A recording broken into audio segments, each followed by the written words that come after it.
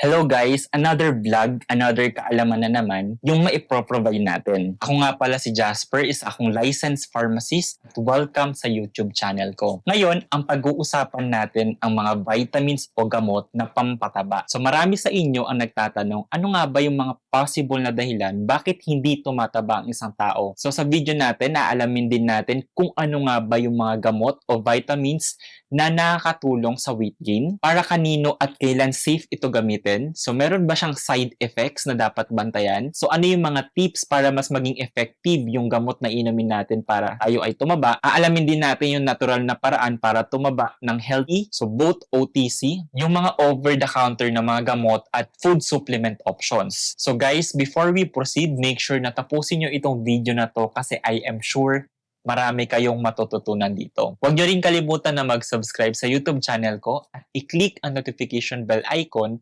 para maging updated kayo sa mga future video uploads ko. So tara na, simulan na natin. So, bakit nga ba may iba na kahit kain ng kain, hindi naman tumataba? Bago tayo dumiretso sa gamot o vitamins, dapat nating maintindihan na hindi lahat ng payat ay unhealthy. May mga tao talagang mabilis ang metabolism o genetically lean, pero kung biglang pumayat na wala ng gana kumain o may kasamang ibang sintomas, like for example, pagsikip ng dibdib, pagkapagod, lagnat, etc., kailangan muna ng medical check-up. So ngayon, narito yung mga possible causes ng hindi pagdagdag ng timbang. Kahit na kain ka naman ng kain, una, possible na meron kang hyperthyroidism. Pangalawa, meron kang nutrient malabsorption. Like for example, may mga sakit or may sakit ka tulad ng gastroesophageal reflux disease or GERD. Kung meron kang IBS or yung inflammatory bowel syndrome, etc. Pangatlo, possible din naman na dahil sa mental health issues. Kung stress ka, kung meron kang anxiety, depression. Pang-apat, meron kang eating disorder. Pang-lima, merong worm infestation, lalo na sa mga bata to, may mga parasites sa sikmura. Pang-anim, if meron kang chronic infection. So kung wala namang underlying condition, maaaring makatulong ang vitamins o food supplements para sa weight gain. So ngayon, ano nga ba yung best na vitamins o supplements pampataba? So unang-una na dyan, ang appetite stimulants o yung pampagana kumain ng mga gamot or vitamins. So yung mga example na gamot natin dito ay cyproheptadine or pizotifen. Itong mga to, kailangan siya ng reseta sa pagbili ng gamot na to. So, example ng brands na available sa market ay Periactin para sa cyproheptadine at Mosigor Vita naman para sa pizotifen. So, yung mechanism niya para tumaba pag tinitake natin yung ganitong mga gamot, pinapataas niya kasi yung gana kumain ng mga taong magtitake nito. Meron din siyang kasamang vitamin B complex at lysine. So, warning, antihistamine ito kaya pwedeng makatulog kapag matitake ka nito. Kaya maganda, i-take ito bago matulog sa gabi. So aside sa nauna natin nabanggit na kailangan ng reseta, yung pangalawa naman, ito hindi na to kailangan ng reseta. So pangalawa ay vitamin B complex. Nakakatulong kasi ito for energy production, nerve health, at appetite boost. So yung example na brands natin dito, Neurobion,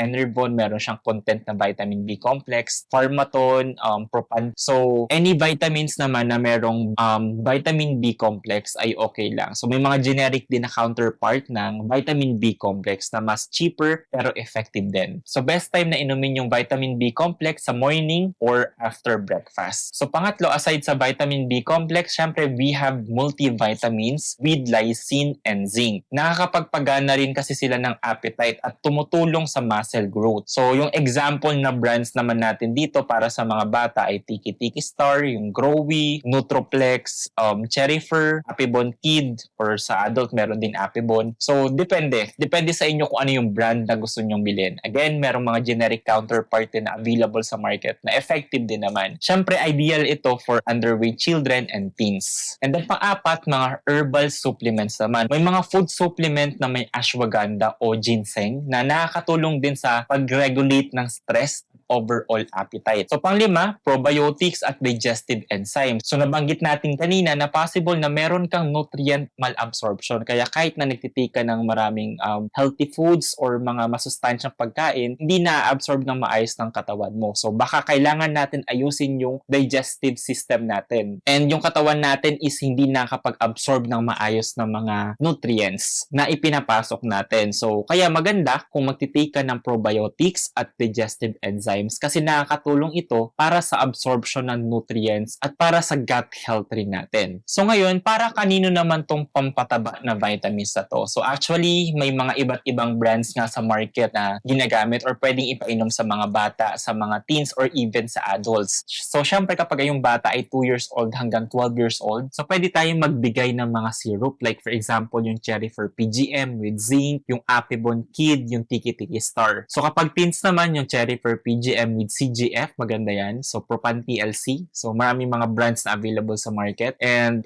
kapag adults naman like 18 years old and above, so Mosigor, Pharmatone, weight gain supplements, and ayun, mga multivitamins like yung Enervon, Centrum, ayan, pwede tayong mag-take ng mga ganyang multivitamins. And kapag senior citizen naman, syempre 60 years old pataas na to. So, syempre mas maganda kung magpakonsulta na sa doktor, lalo na kung meron kayong mga maintenance medication. So, meron kayong for example, diabetes or hypertension. So, huwag basta-basta magbibigay ng pampataba sa baby below 2 years old na walang reseta. So, importanteng magpakonsulta sa pediatrician. So, ngayon, ano nga ba yung mga possible na side effects ng mga pampataba na vitamins? Kanina, binanggit natin yung cyproheptadine. Ayan, antihistamine talaga yan. So, ibig sabihin, ginagamit sa allergy. So, yung side effect niya is sobrang nakakaantok to. Kaya nga mas maganda kung i-take natin siya bago tayo matulog. So, yung multivitamins naman, rarely lang naman na magkaroon ng stomach upset or pagsakit ng sikmura. So, pagdudumi or yung diarrhea. So, yung ibang mga food supplements naman, pwede kayong magkaroon ng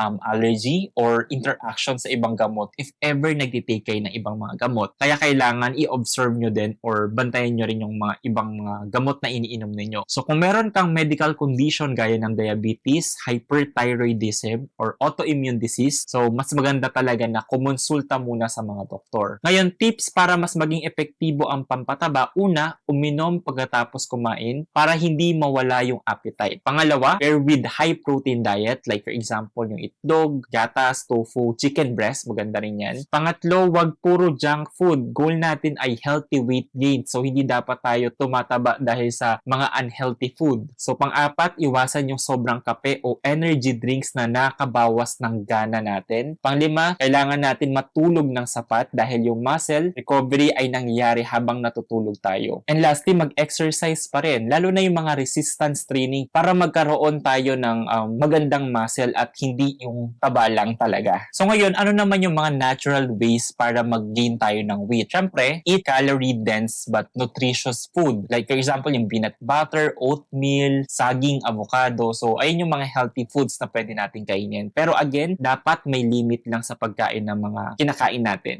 Makakatulong din yung pagdagdag ng smoothies or milkshakes sa diet natin with whole milk, banana, ng oats, ng peanut butter. So maganda yan sa ating pagpapataba. So another tip is eat more often. So siguro mga 5 to 6 small meals a day. Maganda yan sa pagpapataba natin. And syempre, i-track natin yung progress natin weekly, not daily. May mga nagtatanong, paano nga ba talaga nakakataba ang vitamins? Ang sagot dyan ay depende sa mechanism ng action ng produkto. So hindi literal na vitamins is equals to weight gain. Kundi, ito ay nagpapagana ng appetite. So kumbaga, ginaganahan tayo kumain. Kaya mas kakain ka at mas lalaki yung calorie intake mo. So, not literally na kapag nag-take ka ng ganitong vitamins, tataba ka na agad. So, hindi ganon. So, tumutulong sa nutrient absorption para hindi naman sayang yung kinakain mo. Lalo na kung kumakain ka naman ng masustansyang pagkain, kain ka naman ng kain pero di ka tumataba. So, mas maganda if maganda rin yung nutrient absorption ng katawan mo. So, nakakatulong din yung mga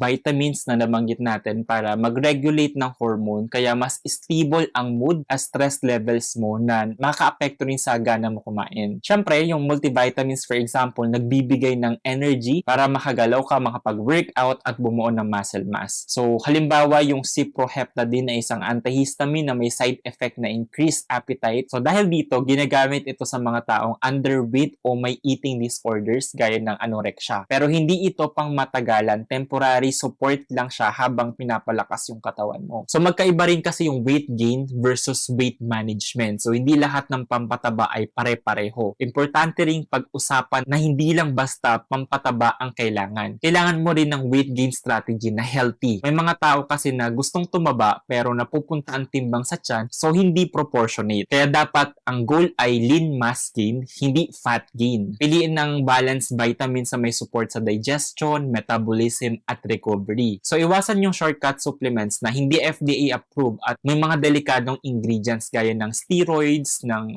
sibutramine o yung mga banned appetite boosters. Pero real talk lang, so hindi para sa lahat yung pampataba ng mga vitamins. Oo, may mga cases kasi na hindi advisable uminom ng pampataba kahit napayat ka. So unang-una, kapag may undiagnosed medical issue ka, baka weight loss ay sign ng sakit tulad ng cancer, ng TB, ng diabetes, so kailangan magpakonsulta ka sa doktor. Pangalawa, kapag may history ng eating disorder, baka kailangan mo pala ng psychological intervention muna. Pangatlo, kapag may ongoing infection tulad ng UTI, ng sipon o lagnat, so unahin muna yung paggaling, syempre. Pang-apat, kapag buntis o nagpapa-breastfeed, unless na prescribe ng doktor mo. And syempre, pang-lima, kapag senior na, so may maintenance na medication ka na tinitake, so baka kasi magkaroon ng interaction sa vitamins na itinitake mo. Kaya reminder lang, so wag mag-self-medicate. So hindi porket vitamins lang safe na agad. So depende pa rin kung meron kang other conditions or medical conditions or yung mga gamot na ibang mga iniinom. So for the psychological aspect ng pagiging payat, syempre confidence at pressure minsan ang rason bakit gusto ng isang tao na tumaba. Minsan dahil sa may social pressure. So lagi natin naririnig yung mga comments na ang payat mo naman, parang di ka pinapakain, nagkakasakit ka ba or nagkasakit ka ba, kailan ka ba tataba, di ka bagay sa suot mo. So yun yung mga common comments na naririnig natin lalo na kapag sobrang payat natin. Or even sometimes tayo mismo yung nang-judge sa sarili natin. So obviously nakakasira ito ng self-esteem lalo na sa mga bata at teenagers. Pero tandaan mo, ang pagiging healthy ay hindi naka-base sa timbang lang. So ngayon, kapag nagtitake ka ng mga gamot na pampataba, so gaano ba katagal bago ikaw tumaba? So sagot dyan depende. Sa mga appetite stimulant, may mga tao kasi na nakakaramdam agad ng gutom sa loob ng 2 to 3 days. So minsan hindi agad-agad yung effect. So kailangan mag-take muna ng ilang araw like 1 to 2 weeks para mas makita mo yung effect ng gamot na iniinom mo. Like for example, sa multivitamins, usually 1 to 2 weeks yan bago makaramdam ng increase sa energy or appetite. Sa mga food supplements naman, depende sa formulation, pwedeng umabot ng 1 to 3 months bago makita yung pagbabago. So hindi kasi siya yung parang kapag tinake mo isang beses or 2